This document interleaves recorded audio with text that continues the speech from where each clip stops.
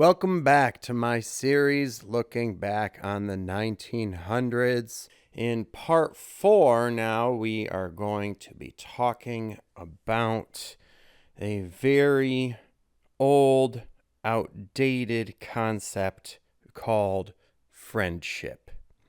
You see, back in the ancient steel age of the 1900s, there was no social media because there was no cell phones. So back then, we actually had social lives and friendships, which cell phones and social media have completely destroyed, isolating everyone. Sure, the first cell phones did come out in the 90s, but almost no one had them, and the people who did barely used them. They were really just for emergencies or quick information exchanges, as they cost like $4 per minute to use, and most people would just as soon get to a landline.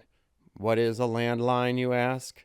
A landline was a phone that was wired into a wall, which meant you had to stay stuck there while you talked on it.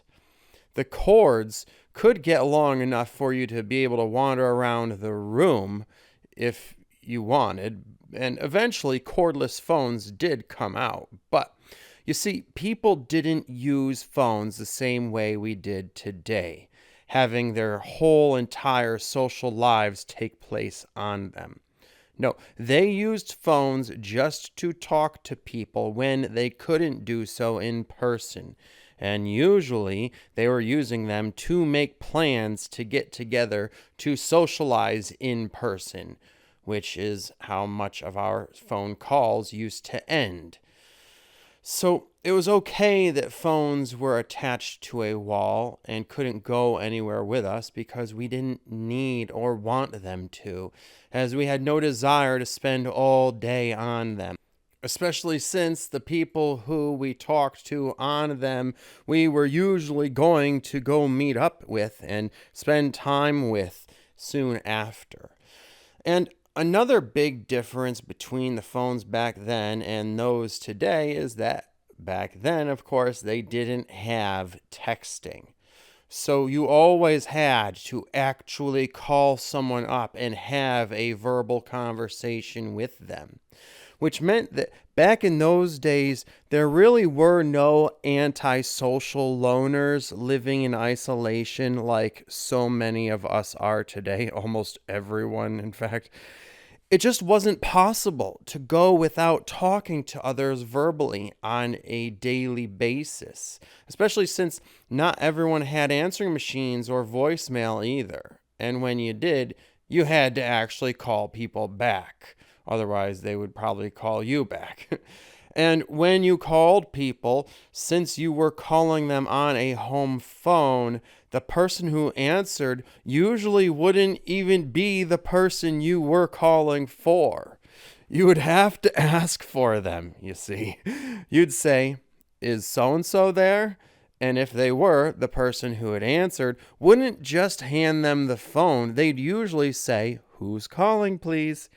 So that they could tell the person you were calling for who you were, in case that person didn't want to talk to you, in which case they'd say they were unavailable.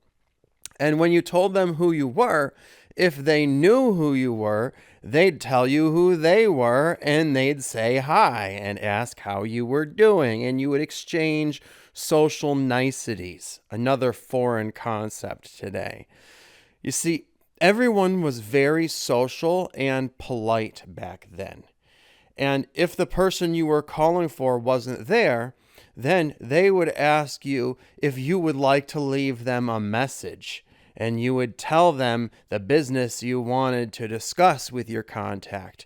And unless they were a really rude asshole, they would actually write it down and leave a note for this person.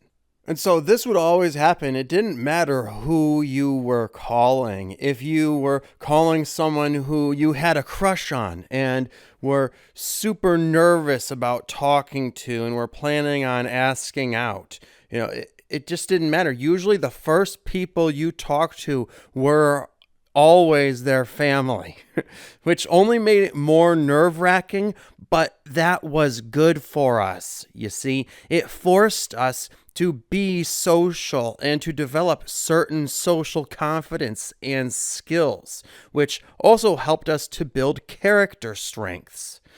And then, whenever you went over to their house to meet their family for the first time, it wasn't a big deal because you had already spoken to them all over the phone. Not conversationally, of course, but you at least knew each other's voices and names already. And so meeting them in person felt much more natural. These days, people get caught up in these texting stages, and they may not even know the voice of their own love interests for some time, making the first phone call get so built up that it causes so much anxiety. Sometimes you never even get around to it before you've ghosted one another. And if you do actually start dating the person, then going over to their house and doing things like meeting a family member seem like momentous occasions. And our lack of social skills due to our lack of practice and experience make it feel like so much bigger of a deal than it should be, than it ever was before. We are so antisocial these days due to the cell phone and mainly the texting and social media that we do on them. Because of those two things, we are no longer doing what we used to do socially in a very common and everyday practice back in the 1900s and earlier, which is to actually get together and see people in person and hang out with one another. These days, however, we spend most of our social lives typing out short little pathetic excuses for sentences in improper English with minced up words on a tiny little keyboard with tiny little buttons, which takes an awful long time to say so little and so poorly. Very little real communication is taking place. And that's in spite of the fact that people could be using this technology to improve communication and actually be calling each other quite easily, and not just with phone, but video too, which would be important for better communication. Or if they don't have time to actually call, they could, instead of mashing these tiny little keys into shitty sentences, that barely even qualify as sentences, they could just press a record button and record a short little voice message. Either of which would greatly enhance communication, because so much of communication is nonverbal, right? So it is very important that communication actually take place in person, or if it can't, that it be done via video call instead of just a phone call or especially a text message, if possible. But if a call's not possible, then it would be very important to use voice messaging, since so much about communication relies upon things such as tone and not just words, right? And when you're texting, you're using words very poorly. Like I said, these sentences barely qualify as sentences. You're mincing up the English language, using improper English as if you're a foreigner who doesn't even speak it as their native language, right? And yet it would be so much easier to just press the record button and then record a voice message where you can actually communicate verbally quite easily and be communicating more effectively. But for some reason, people are spending $1,000 on phones that are priced that high because they are supposed to be the greatest communication technology ever. And yet, they aren't even using the technology they paid for to communicate effectively, but are choosing to do so in the most difficult method possible, by texting, which is only miscommunicating and not having a real social life, especially since they also aren't using their communication devices to schedule meetups with people and actually get together and be social in the real world. But back in the good old days, we spent most of our social lives getting together in person with people and hanging out, in spite of the fact that we could, actually call them up with our home phones. We got together where we could have much more comprehensive communication than is being done today. Since so much communication occurs through body language, and hanging out, spending time together with people is so much more enjoyable and satisfying. It's just so much more fun to communicate in person with people, where you can actually do fun activities together and even go on adventures together.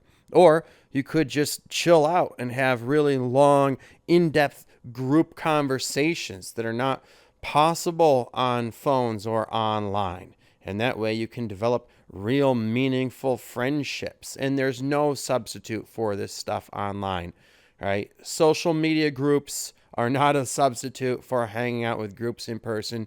Even these group Zoom calls aren't a substitute, because in spite of the fact that you have video and can see each other, you can't have the same group dynamics and conversations as you can, because people have to really talk one at a time in these Zoom meetings. And, if you interrupt, it doesn't work out, right? And that's just part of being social, is being able to interject and have this highly stimulated, multifaceted communication where, everyone is jumping in to contribute at different times, right? It's so stimulating, right?